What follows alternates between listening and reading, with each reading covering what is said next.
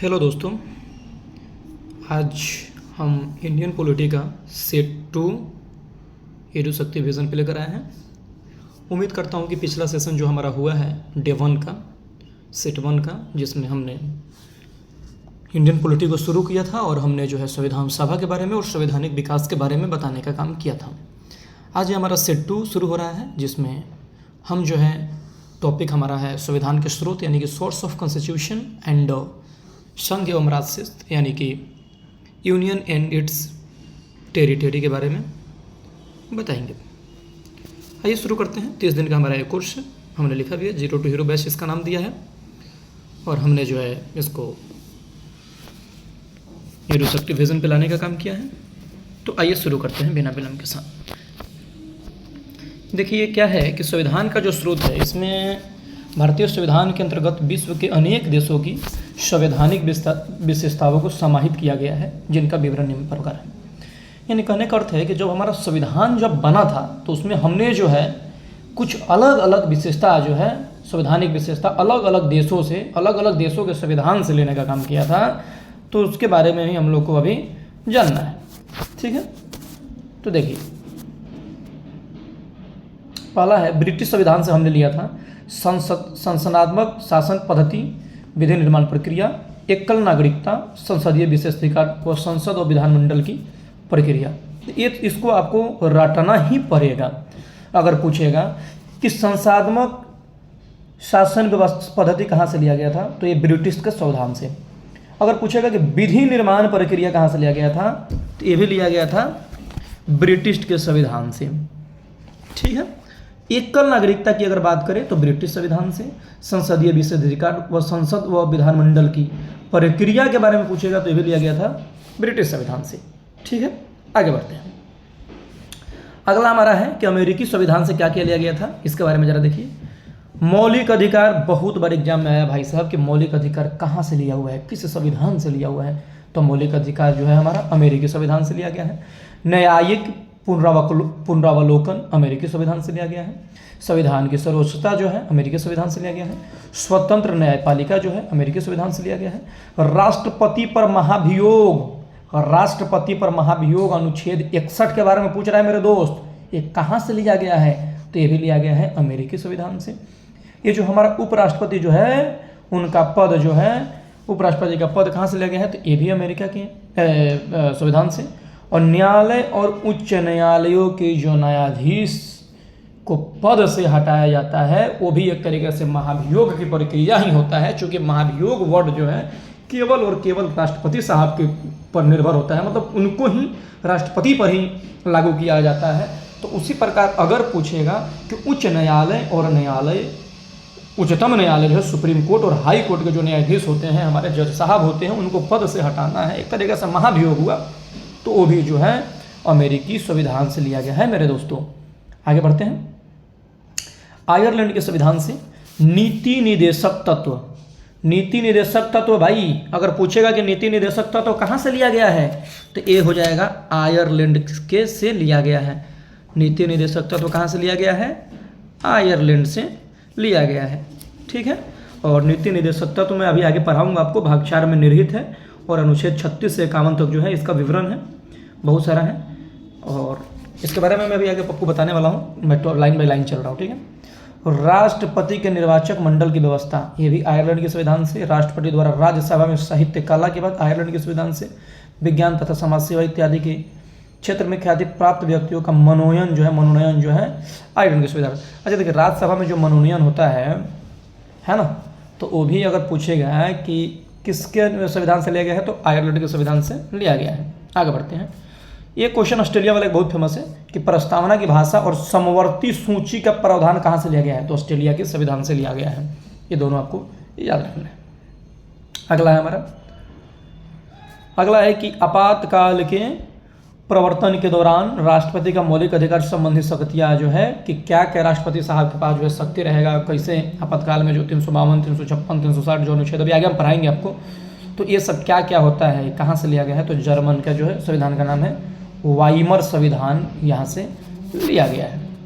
अगला जो है सशक्त केंद्र के साथ संघीय शासन व्यवस्था, तो संघीय शासन व्यवस्था कनाडा के संविधान से, और अवशिष्ट शक्तियाँ जो है केंद्र के पास है वो भी कनाडा के संविधान से लिया गया है।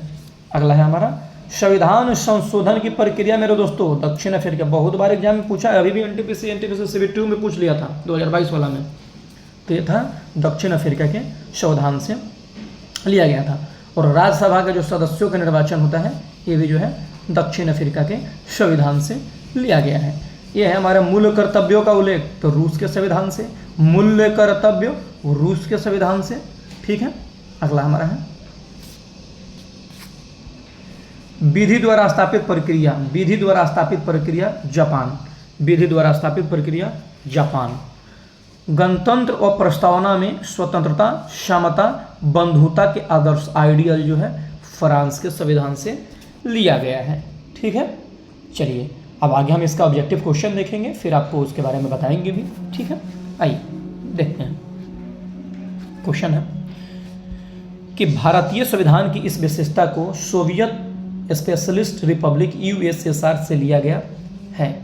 सोवियत सोशलिस्ट, थोड़ा यहाँ पे कट हुआ है, सोशलिस्ट रिपब्लिक जो है USSR से लिया गया है। तो कहाँ से भाई, तो ये लिया गया था पंचवर्षीय योजना।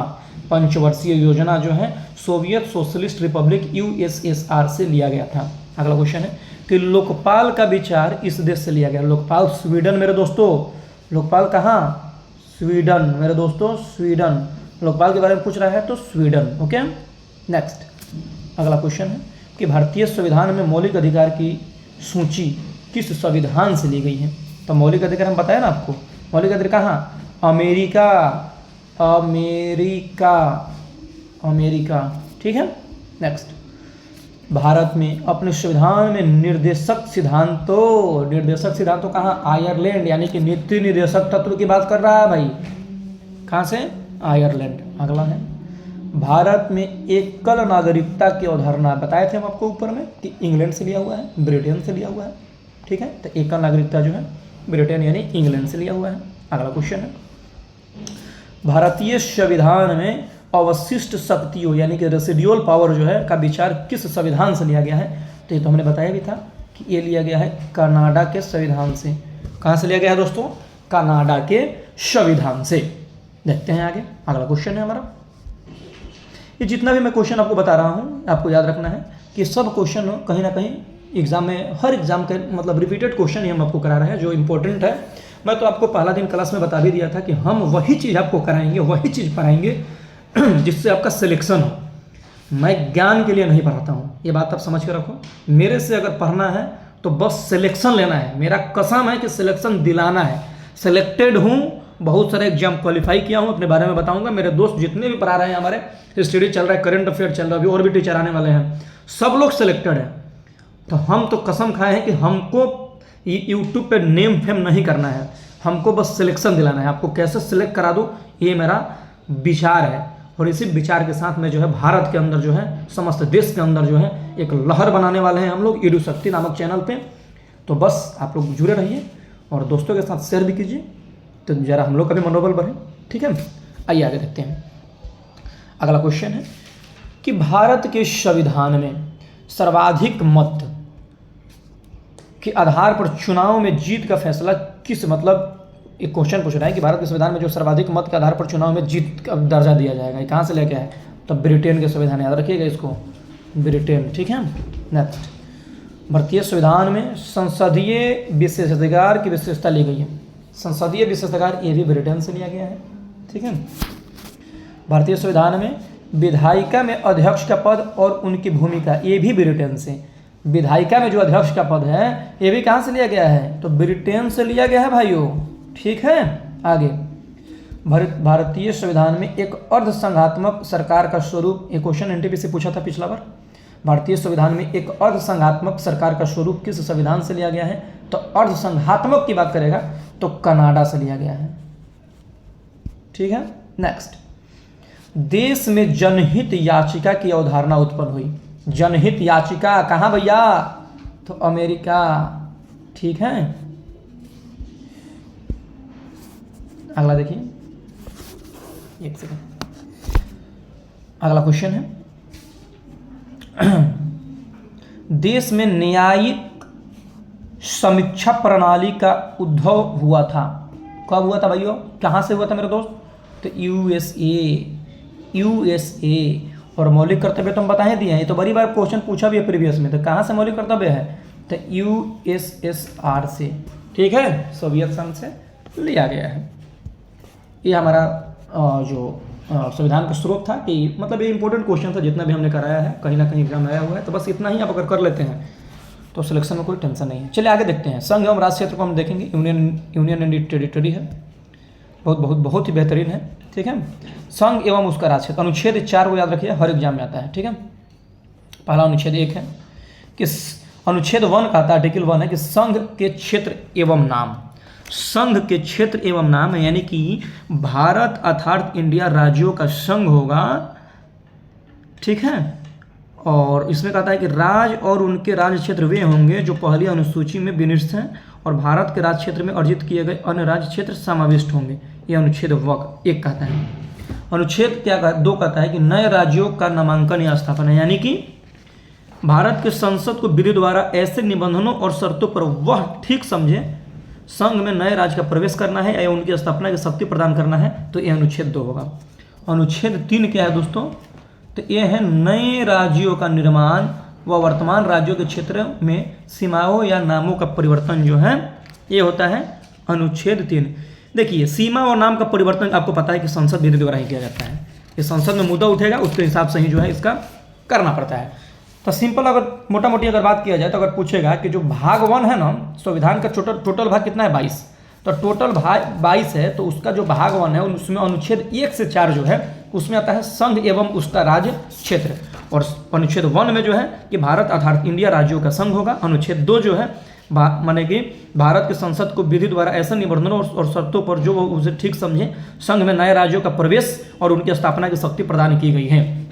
और अनुच्छेद 3 जो है कि जो अभी नए राज्यों का निर्माण करना है, चाहे देश के अंदर कोई राज्यों का सीमाओं या नामों में परिवर्तन संसद विधि द्वारा करना है, तो यह अनुच्छेद 3 है, ठीक है। आगे चलिए, अगला क्वेश्चन रहेगा। इस पर हम तो पहले बताते हैं, उसके बाद क्वेश्चन में आपको सांसद करा देते हैं ताकि कोई दिक्कत ना हो। क्वेश्चन है कि भारतीय संविधान का डैश संघ व उसके क्षेत्र में बारे में बताता है। तो कौन बताता है मेरे दोस्त? संघ और कौन सा भाग बताता है, बताइए ना मेरे को। तो भाग 1 बताए ना आपको कि भाग 1 में 1 से 4 तक अनुच्छेद होता है जिसका नाम है संघ एवं उसका राज्य क्षेत्र, भाग 1। अगला क्वेश्चन, मणिपुर, मेघालय व त्रिपुरा किसके अंतर्गत राज्य बन गए? किसके अंतर्गत?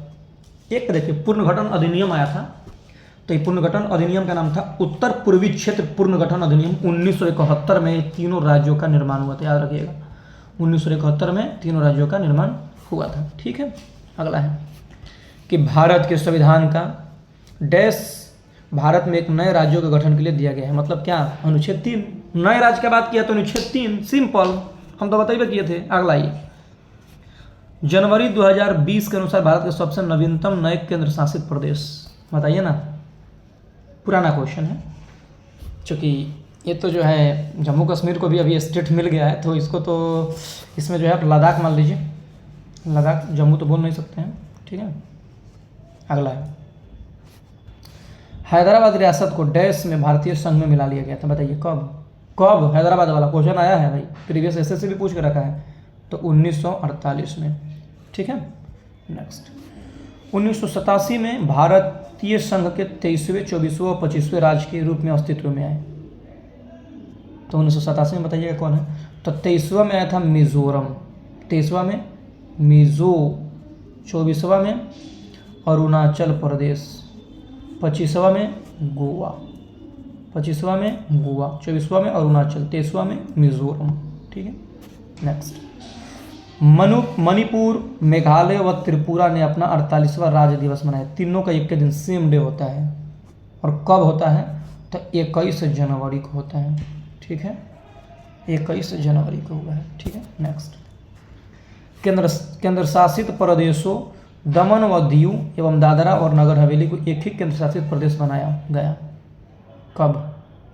हाँ, सही बात है कि जो दमन दीव था, दादरा नगर हवेली था, गुजरात वाला क्षेत्र जो था, इसको 26 जनवरी 2020 को जो है अपना संसद में पास हुआ था और इसको जो है एक ही केंद्र शासित बना दिया गया था। ठीक है, नेक्स्ट। स्वतंत्रता के बाद भारत का अंग बना, तो स्वतंत्रता के बाद अगर भारत का अंग बनेगा तो यही था अपना दादरा और नगर हवेली था, दादरा एंड नगर हवेली। ठीक है, नेक्स्ट। केंद्र शासित प्रदेश, लद्दाख में टोटल कुल कितने ज़िले हैं? तो लद्दाख में टोटल 2 ही ज़िले हैं। ठीक है, इसको याद रखना है।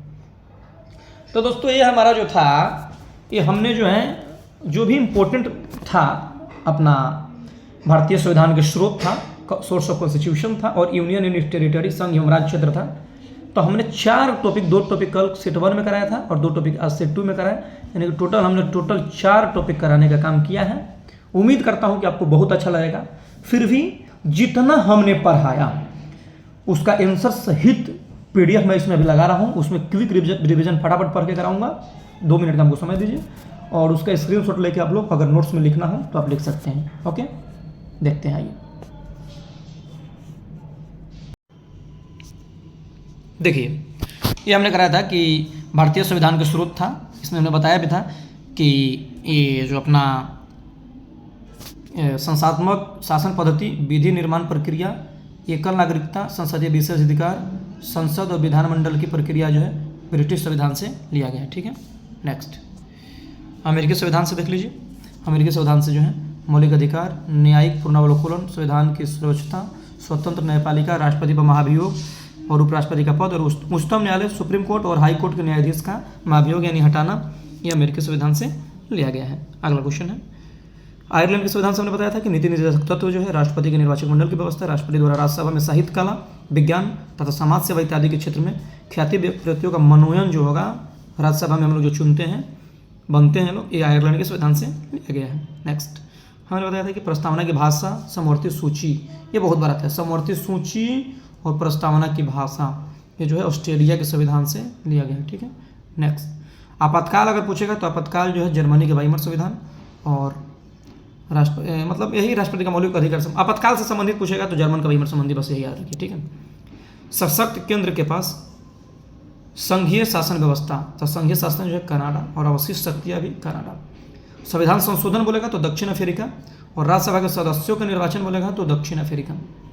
मूल कर्तव्य बोलेगा रूस के संविधान से लिया गया है। नेक्स्ट, जापान का संविधान देख लीजिए।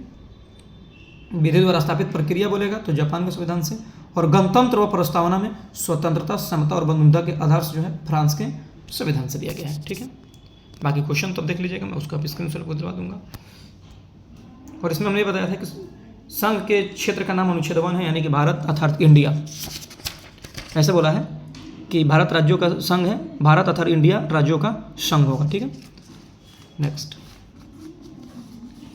नए राज्यों का नामांकन या स्थापना करना है तो अनुच्छेद 2 के द्वारा करेंगे, और नए राज्यों का निर्माण करना है देश के भीतर, और वर्तमान राज्यों के क्षेत्रों, सीमाओं, नामों में परिवर्तन करना है तो अनुच्छेद 3 है। ओके, ये हमने कराया था। तो इसका मैं एक वो व्यू दिखा देता हूँ, जिससे आप लोग स्क्रीनशॉट ले सकते हैं। देखिए, इसके यहाँ से आप लोग स्क्रीनशॉट ले लीजिए, और आज का वीडियो यहीं पे समाप्त करेंगे। हमारा टारगेट है कि बहुत ही कम समय में इंपॉर्टेंट चीज़ों को पढ़ा दिया जाए। दोस्तों, मैं आपसे एक उम्मीद करना चाहता हूँ कि आप मेरे चैनल एडुशक्ति विजन को सब्सक्राइब कीजिए, और अच्छा लगे तो लाइक भी कीजिए, शेयर भी कीजिए, और अपने दोस्तों के साथ भेजिए कि भाई अब एक नया क्रांति शिक्षा के क्षेत्र में आया हुआ है, तो आप लोग जो है आइए और एडुशक्ति विजन को दोस्तों आप लोग सब्सक्राइब कीजिए और हम लोग को सपोर्ट कीजिए। मिलते हैं अगले वीडियो में, तब तक के लिए धन्यवाद, नमस्ते।